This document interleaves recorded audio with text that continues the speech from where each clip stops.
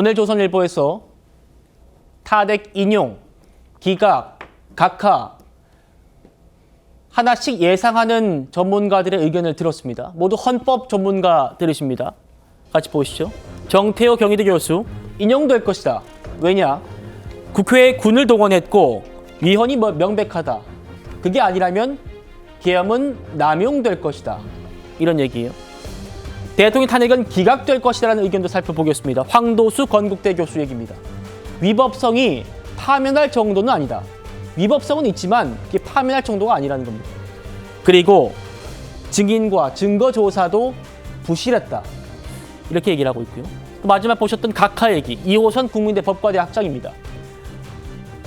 내란죄를 빼겠다고 했을 때부터 헌법재판소는 심리를 중단했어야 했다. 정혁진 변호사님은 어느 헌법학자 의견에 좀 무게를 실으십니까? 제가 봤을 때 다 맞는 말이에요. 저보고도 만약에 셋 중에 하나 딱 정해놓고 인용으로 결정만 한번 써봐라. 저 쓸 수 있을 것 같고요. 기각으로 써봐라. 쓸 수 있을 것 같고요. 각하 써봐라. 그럼 제일 쉽게 제일 잘 쓸 수 있을 것 같다는 그런 생각이 드는데 예. 왜 그렇습니까? 그렇다라고 하면 지금 뭐가 문제냐면 이른바 보수적인 헌법재판관들 3명이 기각을 쓰고 각하를 써도 전혀 이상하지 않다는 이야기 아니겠습니까? 그러니까 헌법재판 특히 탄핵 심리는 이게 다수결이 아니잖아요. 다수결이 아니고 6명 이상이 인용을 해야 되는데 그렇지 않게 충분히 생각할 수 있는 근거들을 저분들이 다 헌법 전문가들이거든요. 다 헌법으로 박사학위 받고 그다음에 가운데 계셨던 그 황도수 교수님은 헌법연구관, 우리나라 헌법재판소 처음 생겼을 때 그때 거의 1호 헌법연구관으로 들어가가지고 사법시험 합격했는데도 판검사도 안 하고 헌법연구관으로 쭉 평생을 갖다 살아오신 분인데 그렇군요. 그런데 기각이라고 이야기하잖아요. 그런데 그런 이야기를 어떻게 그렇게 가볍게 들을 수 있는 것인가. 그다음에 제일 중요한 건 뭐냐면은 각하거든요. 안철수 의원이 어땠습니까? 12월 7일에 1차로 탄핵소추가 그때 통과가 되지 않았을 때 제 기억에 그때도 안철수 의원은 찬성했다라고 했고요. 12월 14일에 당연히 그 탄핵소추에 찬성을 해가지고 그래서 윤석열 대통령에 대한 탄핵소추안이 통과되게끔 한 사람 중에 하나인데 그런데 안철수 의원 지금 뭐라고 그럽니까? 만약에 내란죄가 이런 식으로 빠질 줄 알았다라고 하면 나는 그 탄핵소추에 찬성하지 않았을 것이다. 그 국회의원들이 안철수 의원만 있었겠습니까? 그러니까 만약에 지금처럼 내란죄가 흐지부지 이렇게 됐었으면요. 제 개인적인 생각이지만 200석은 절대로 못 넘었을 것이다. 그렇다라고 하면 지금 와서 보면은 결국은 각하가 맞는 것이 아닌가? 이런 논리들이 서 있기 때문에 그렇기 때문에 이런 논리들을 이른바 보수 재판관들 최소한 3명 이상이 견지하고 있기 때문에 그렇기 때문에 결론이 안 나오는 것 같다. 저는 그렇게 생각됩니다. 알겠습니다. 저희가 지금 헌법학자 3분의 얼굴, 이름, 직함까지 다 공개를 해드리고 있습니다. 이분들이 조선일보와 인터뷰에서 나는 학자적 양심을 걸고 내 이름을 걸고 이렇게 생각한다라고 내놓은 답변들입니다. 각하를 낸 것 좀 보시죠. 이호선 국민대 법과대학장.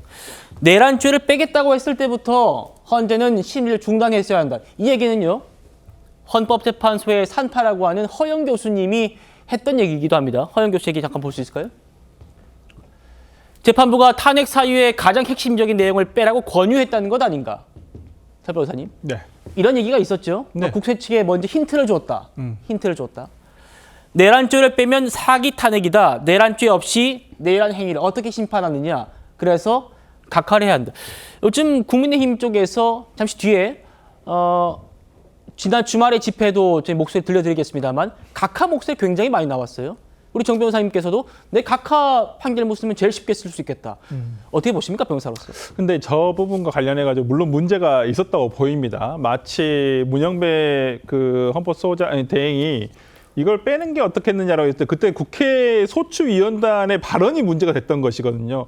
재판부의 의견을 어떤 권유사항을 받아들여서 저희가 이 부분을 사실상 처리하겠다 이렇게 얘기를 했단 말이에요. 그렇다고 하면 재판부가 이걸 권유를 했었구나 라고 이렇게 오해할 수밖에 없는 상황이 만들어졌거든요. 물론 이것과 관련해 가지고 재판부에서 빼겠다, 넣겠다, 남겨두겠다 아직 결론을 내진 않았습니다. 아마 저는 이 부분도 평의에서 상당히 논란이 있었을 것이라 생각을 하고 저는 판단합니다만은 그러한 부분에 있어서 저는 허영 교수님이 지적하신 부분은 좀 어느 정도 타당성은 있다고 보입니다. 만약에 진짜 각하에 대한 의견을 가지고 있는 재판관이 만약에 있다고 한다면 아마 이 부분이 가장 중요한 역할을 하지 않을 중요한 근거가 되지 않을까라는 생각이 좀 들어서 뭐 저도 뭐 이 부분 그냥 넘어가기는 어렵지 않을까라는 생각이 들어서 이 예. 부분이 어떻게 됐을까. 근데 제가 봤을 때는 사실상 철회란 말을 썼어요. 국회 소추위원단에서. 그렇다고 한다면 법적으로 철회가 안 된 거일 수도 있기 때문에 실상 우리가 이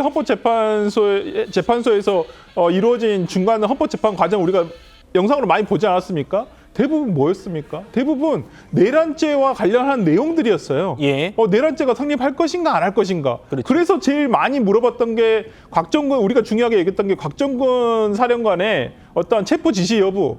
대통령이 직접 지시했냐? 그 당시에 그리고 의원을 끌어내라고 했냐 안 했냐? 이거 국헌문란의 목적 아니겠습니까? 아니 내란죄를 다투지 않을 거면 국헌문란의 목적을 뭐 하려고 합니까? 그냥 국회를 봉쇄하려고 했다는 것만 입증하면 되는데 저는 그런 부분에서 상당히 좀 논쟁이 저는 이 부분이 지금도 평의 과정에서 많이 이루어졌을 것이다 생각합니다. 예. 평의 과정에서 지금 뭔가 이견이 있을 것이다라고 보는 게 합리적인 추론이다. 이게 지금 학계의 얘기입니다. 그 이견이 뭘까?